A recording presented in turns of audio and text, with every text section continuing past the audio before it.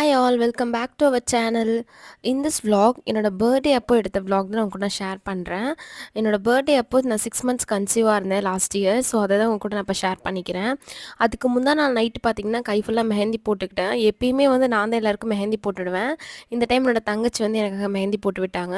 என்னோட ஹஸ்பண்ட் கையிலேயே என்னோட நேம் எழுதி விளாண்டுட்டு இருந்தாங்க. எந்த நோயிர்தான் கள்ளிருக்கும் தாமரைய கையணைக்குவான் பிறைய உள்ளிருக்கும் நாடி எங்கும் உந்த நோயிர்தான் இனி வரும் எந்த பிறவியிலும் உனை சேர காத்திருப்பேன் விழி மூடும் இமை போல விலகாமல் வாழ்ந்திருப்பேன் உன்னை போல தெய்வமில்லை உள்ளம் போல கோவில் இல்லை தினம். இந்த பர்த்டேக்கு பார்த்தீங்கன்னா என்னோட ஹஸ்பண்ட் வந்து ட்ரெஸ்ஸு கொஞ்சம் ஜுவல்ஸும் கிஃப்ட் பண்ணியிருந்தாங்க. ரொம்ப ஹாப்பியாக இருந்தது. அன்றைக்கி மார்னிங் பார்த்திங்கன்னா வந்து வெளியே போயிருந்தோம் ஹோட்டலுக்கு சாப்பிட. அப்போ என்னோடய தம்பி வந்து கோயின்சிடெண்ட்டாக அங்கே பார்த்தோம். ஸோ அப்படியே அவனையும் வந்து கூட கூட்டிகிட்டு போனோம். ஸோ அங்கே வந்து வெயிட் பண்ணி தான் சாப்பிட்ற மாதிரி இருந்தது. சேலம்னு ரொம்ப ஃபேமஸான ஹோட்டல் இது. ஸோ நான் வந்து ஒரு பிளெயின் மட்டும்தான் சாப்பிட்டேன். எனக்கு வெயிட் பண்ணியே ரொம்ப டயர்டாகி பசி ரொம்ப எடுத்துக்கிச்சு. நாங்கள் வேறு ஹோட்டல் தான் போகலான்னு நினச்சோம். பரவாயில்ல அங்கேயே சாப்பிட்லான்னு சொல்லிட்டு சாப்பிட்டோம். இந்த பர்த்டே எனக்கு ரொம்ப ரொம்ப ஸ்பெஷல். ஏன்னா என்னோடய விஹான் குட்டி நான் வயிற்றுக்குள்ளே இருந்தான். மார்னிங் வந்து சிம்பிளாக ஹோட்டலில் சாப்பிட்டு முடிச்சுட்டு சேலமில் ரொம்ப ஃபேமஸான கோயில் வெண்ணமுனியப்பன் கோவிலுக்கு தான் போயிருந்தோம். இந்த கோயில் போனால் தான் எங்களுக்கு எல்லாமே ஒரு சாட்டிஸ்ஃபேக்ஷனாக இருக்கிற மாதிரி இருக்கும். போய் சாமி கும்பிட்டு முடிச்சுட்டு வீட்டுக்கு வந்துட்டேன். வீட்டுக்கு வந்ததுக்கப்புறம் எல்லோரும் ட்ரீட் கேட்டாங்க. ஸோ ஊர்லேருந்து எல்லாம் லீவில் பசங்கள்லாம் வந்திருந்தாங்க, தங்கச்சிங்கெல்லாம். ஸோ அவங்களுக்காக வந்து பிரியாணியும் சிக்கன் கிரேவியும் நான் செஞ்சுருந்தேன். என்னோடய ஸ்டைலில் ரொம்ப சூப்பராக இருக்கும். இந்த ரெசிபி ட்ரை பண்ணி பாருங்கள், கண்டிப்பாக உங்களுக்கும் பிடிக்கும்.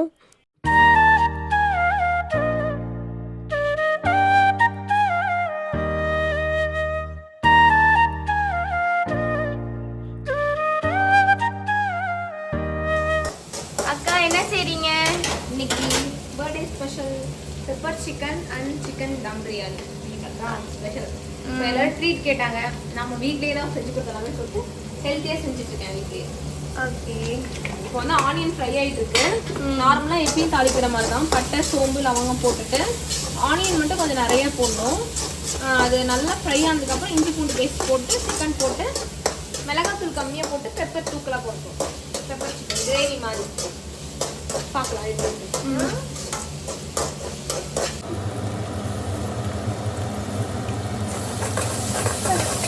ஒரு கைப்பிடி தக்காளி கொஞ்சமாக தான் போடணும். தக்காளி நிறைய போட்டால் சிக்கன் கிரேவிக்கு வந்து டேஸ்ட் உங்களுக்கு வந்து சேஞ்ச் ஆகிடும்.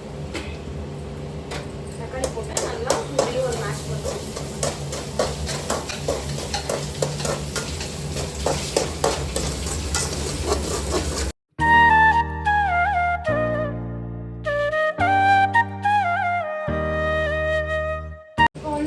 மஞ்சத்தூள் போட தேவையில்லை. ஏன்னா நம்ம வாஷ் பண்ணும் போதே அந்த ஆன்டிபயோட்டிக் அந்த ஜெர்ம்ஸ்லாம் ரிமூவ் ஆகணும். மஞ்சத்தூள் போடுறதுனால இப்போ நம்ம மஞ்சத்தூள் வந்து அவாய்ட் பண்ணிக்கலாம். ஓகேவா?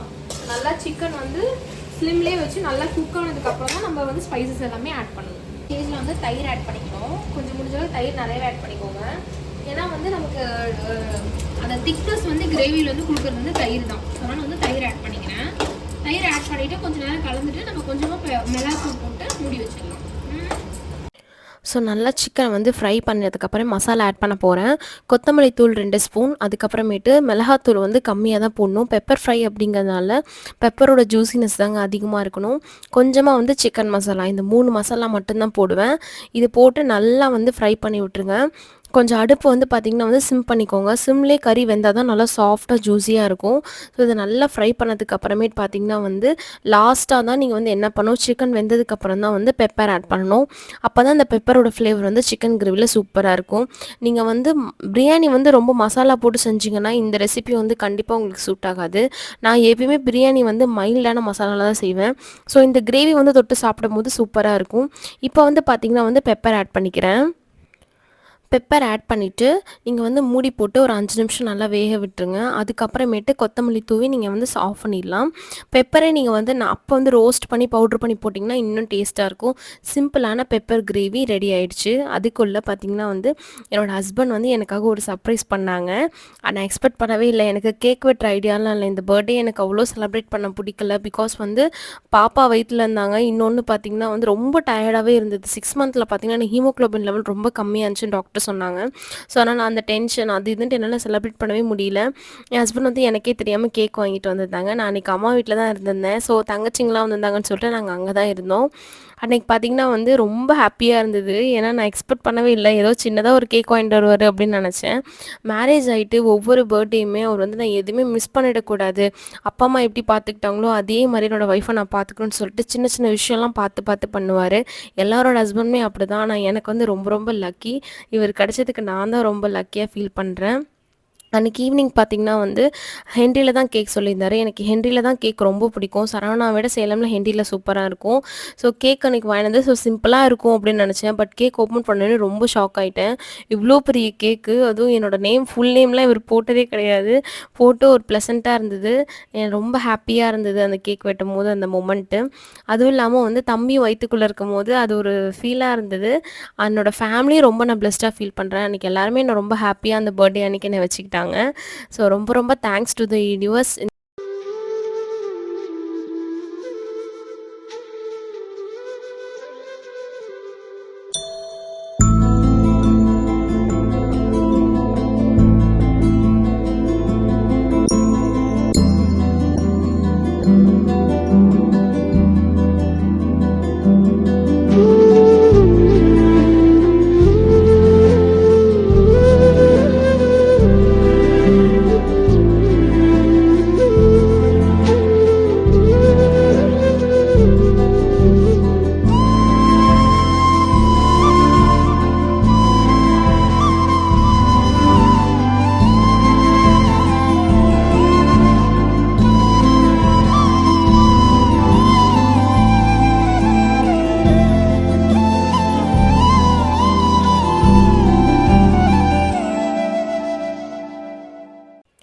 டேடி, என் ஹஸ்பண்ட், அம்மா எல்லோரும் கூட இருந்தது ரொம்ப சந்தோஷமாக இருந்தது.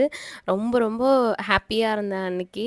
ஸோ என்னோடய கையால் எல்லாேருக்கும் சமைச்சு கொடுக்கணும் அப்படின்னு சொல்லிட்டு ரொம்ப ஆசை. எனக்கு குக்கிங் ரொம்ப பிடிக்கும். ஸோ எல்லோரும் கேட்டதுனால ப்ரெக்னென்சியில் முடியலனா கூட இவங்களுக்கெல்லாம் குக் பண்ணி கொடுக்கணும் அப்படின்னு சொல்லிட்டு நான் அன்றைக்கி வந்து குக் பண்ணேன். எனக்கு பார்த்திங்கன்னா வந்து இந்த பிரியாணி ஐட்டம்ஸ்லாம் ரொம்ப நல்லா செய்வேன். என் ஹஸ்பண்ட்க்கு நான் செய்கிற பிரியாணினா ரொம்ப பிடிக்கும். அதுக்குள்ளே பார்த்திங்கன்னா என்னோடய தம்பி ஒரு கிஃப்ட் எடுத்துகிட்டு வந்துட்டான். என்னடா எப்பயுமே சண்டை போட்டுகிட்டே இருப்போம் டாம் அண்ட் ஜெரியாட்டம், கிஃப்ட்டோட வந்து நிற்கிறானே அப்படின்னு பார்த்தா, நீ கன்சீவாக இருக்கல்லடி, எப்பயுமே அவன் கொடுப்பான். பட் இந்த டைம் ரொம்ப ஸ்பெஷல், எனக்கு யூஸ்ஃபுல்லாக இருந்தது தான் கொடுத்தான். ஏன்னா வந்து ப்ரெக்னென்சி டைமில் எனக்கு கொஞ்சம் பேக் பெயின் நிறையா வந்துச்சு. நான் வந்து சி டைப்பில் ஆர்டர் பண்ணுறேன். 6 மந்த்ஸ்க்கு அப்புறம் தான் நான் அதை ஃபீல் பண்ணேன். சரி இன்னும் ஒரு 3 மாதத்தில் பேபியே வந்துடும், எதுக்கு வேஸ்ட்டாக வாங்கிட்டு நினச்சிட்டு இருந்தேன். ஸோ அப்போ ஒரு டெடி பேர் இருந்தால் நல்லாயிருக்கும்ல கட்டி பிடிச்சி தூங்குறதுக்குன்னு சொல்லிட்டு இருந்தேன். ஸோ அதை அவன் மனசில் ஞாபகம் வச்சுட்டு எனக்கு வந்து ஒரு அழகான டெடி பேர் வாங்கி கொடுத்தான். அது இங்கேயே யூஸ் பண்ணிவிட்டு அம்மா வீட்லேயே பத்திரமா வச்சுட்டேன். அவன் ஞாபகமாக இருக்கணும் அப்படின்னு சொல்லிட்டு. அது எனக்கு பிடிச்ச கலரில் வாங்கி கொடுத்தான். என் ஹஸ்பண்ட் ஒரு டைம் எனக்கு வாங்கி கொடுத்தாரு. அதே மாதிரி இவனும் இதே மாதிரி வாங்கி கொடுத்துருக்கான். இங்கு நீ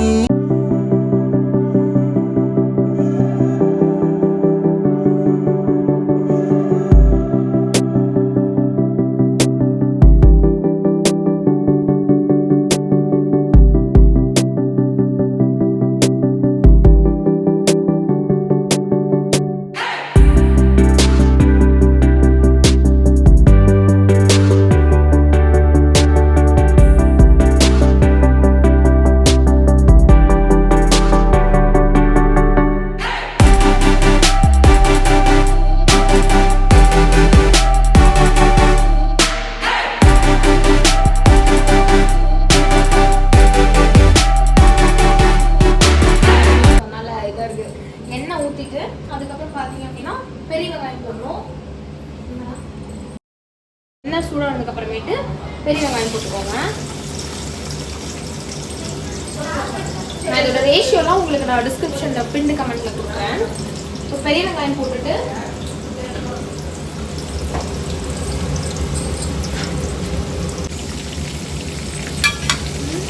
ஒரு கைப்பிடி அளவு நான் பட்டை, கிராம்பு, சோம்பு எல்லாம் போட்டுருவேன்.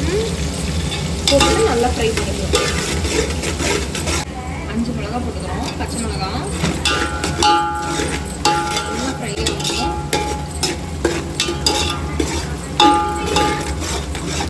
மிளகாத்தூள் போடுறேன். கலர் வந்து நல்லா எண்ணெயில் பிடிச்சி வரும்.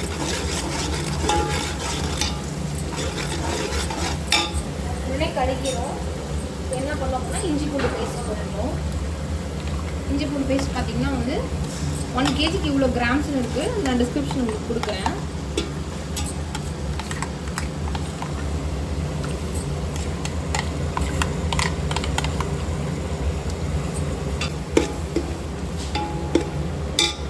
நல்லா பார்த்தீங்கன்னா இந்த இஞ்சியில் இருக்க எண்ணெயெல்லாம் பிரிஞ்சு வரணும். ஸோ அந்தளவுக்கு நல்லா வதங்கினதுக்கு அப்புறமேட்டு தக்காளி போட்டுக்கலாம். ஓகேங்களா? இப்போ நல்லா ஃப்ரை ஆகணும்.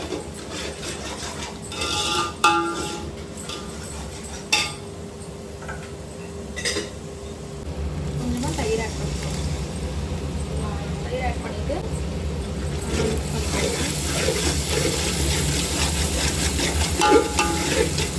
மிக்ஸ் பண்ணிவிட்டு ஒரே ஒரு மிக்ஸ் கொடுத்துட்டு தக்காளி போட்டுக்கலாம்.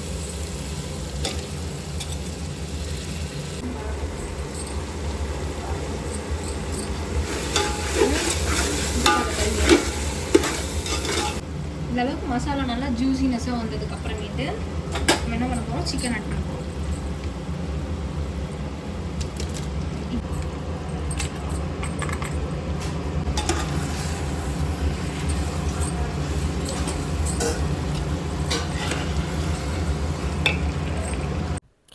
சிக்கன் வந்து நல்லா ஆயில் பிரியணும். அப்போ தான் வந்து டேஸ்ட்டு சூப்பராக இருக்கும். இப்போ சால்ட் ஆட் பண்ணிக்கோங்க கொஞ்சமாக.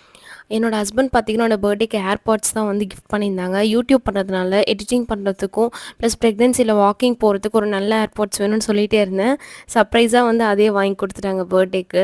அவருக்கு பசியும் எடுத்துக்கிச்சு. பிரியாணி ஸ்மெல் டெம்ப்டிங் ஆகிடுச்சு அவருக்கு ரொம்ப. ஸோ எண்ணெய் நல்லா பிரிஞ்சு வந்ததுக்கு அப்புறமேட்டு பார்த்தீங்கன்னா வந்து கொஞ்சமாக வாட்டர் ஆட் பண்ணிக்கோங்க சிக்கன் வேகிறதுக்கு. பாஸ்மதி ரைஸ்க்கு நான் என்றைக்குமே 1க்கு 1.5 கப் தண்ணி தான் நான் ஊற்றுவேங்க. அப்போ தான் வந்து அரிசி வந்து உடையாமல் குலையாமல் சூப்பராக இருக்கும். ஸோ வாட்டர் ஆட் பண்ணிவிட்டு நல்லா கலரி விட்டு நல்லா கொதிக்க விடுங்க. நல்லா கொதிச்சு சிக்கன் வந்து ஒரு ஹாஃப் குக் ஆகிடும். அதுக்கப்புறம் தான் நம்ம தம் போடணும். ரொம்ப சிக்கன் வெந்துட்டாலும் பார்த்திங்கன்னா வந்து கலண்டுரும் கறின்னு சொல்லுவாங்க. லாஸ்ட்டாக தான் நான் வந்து லெமன் ஜூஸ் ஆட் பண்ணுவேன். அப்போ தான் அந்த புளிப்புத்தன்மை வந்து கொஞ்சம் தூக்கலாக இருக்கும் பிரியாணியில்.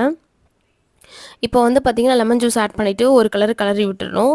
ரொம்ப கலரிட்டே இருந்திங்கன்னா கறி வந்து உடஞ்சிரும்னு சொல்லுவாங்க. அதுக்கப்புறமேட்டு ரைஸ் வந்து நல்லா தண்ணி வடித்து வச்சுருக்கேன். ஸோ அந்த ரைஸை வந்து நான் வந்து அதில் ஆட் பண்ணிக்கிறேன். ரைஸ் பார்த்திங்கன்னா வந்து ரொம்ப வந்து ஊற வைக்கக்கூடாது. நான் கறியை கறி போட்டதுக்கப்புறம் தான் நான் வந்து ரைஸ் ஊற வைப்பேன்.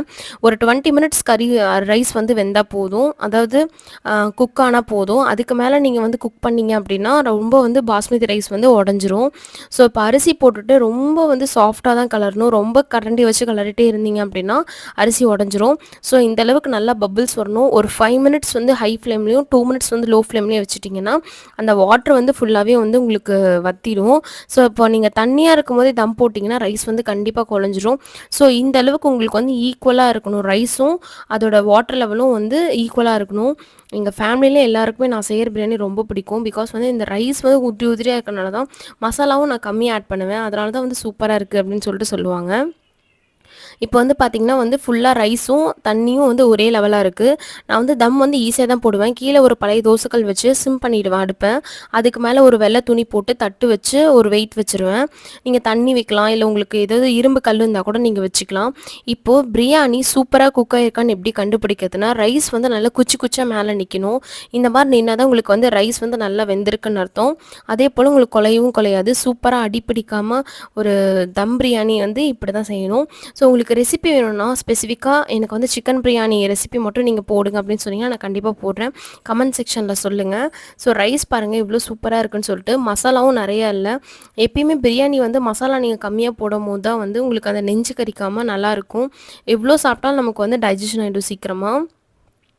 என்னோட ஹஸ்பண்ட் வந்து தம் பிரியாணி சூப்பரா பண்ணுவாங்க. அவர் ஒரு நாள் நான் செஞ்சு விளாக் போடுறேன்.